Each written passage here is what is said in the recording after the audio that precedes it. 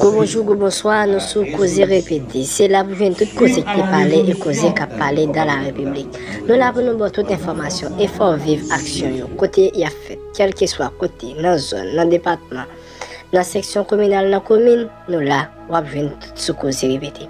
Si vous quoi faire ça, abonnez Kounia. Jean et Kembe, monsieur, là, eh bien, il ne parler encore. Pas oublier, nous ça a été parlé dans le jour qui était 8 février.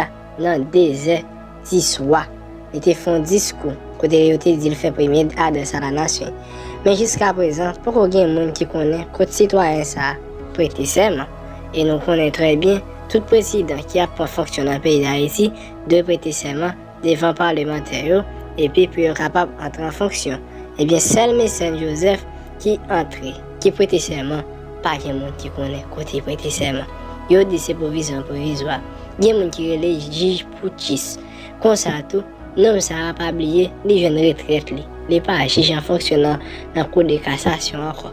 En nous donne des citoyens capoter un deuxième message encore. On va continuer à la présence massive de la population dans les rues de la capitale, c'est 14 et 15 février, pour dire non à la dictature, m'interpelle une fois de plus.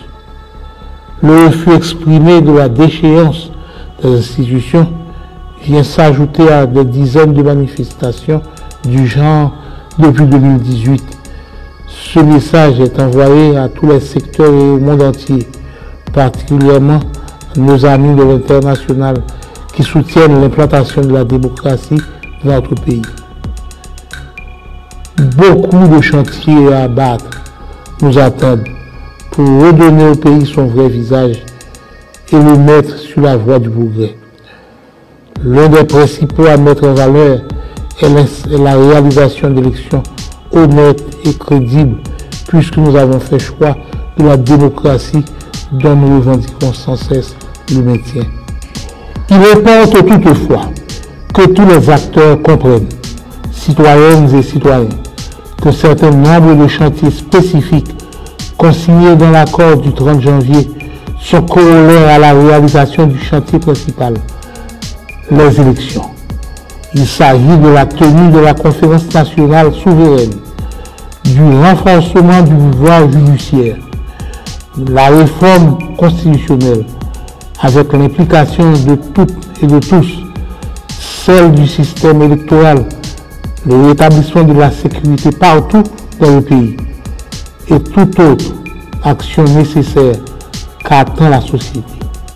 Ainsi, nous parviendrons à la réorganisation du pays qui débouchera sur la justice sociale, la création d'emplois, la réduction de la pauvreté, notamment chez les masses urbaines et rurales.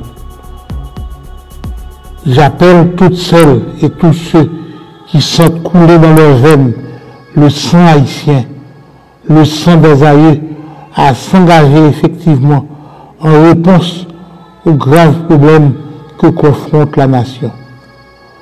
J'assume ma responsabilité citoyenne, comme vous aussi, vous devez assumer la vôtre. Je saisis cette opportunité pour présenter mes sympathies aux membres de la presse et tous ceux qui ont été agressés ces derniers jours. N'ayez pas peur.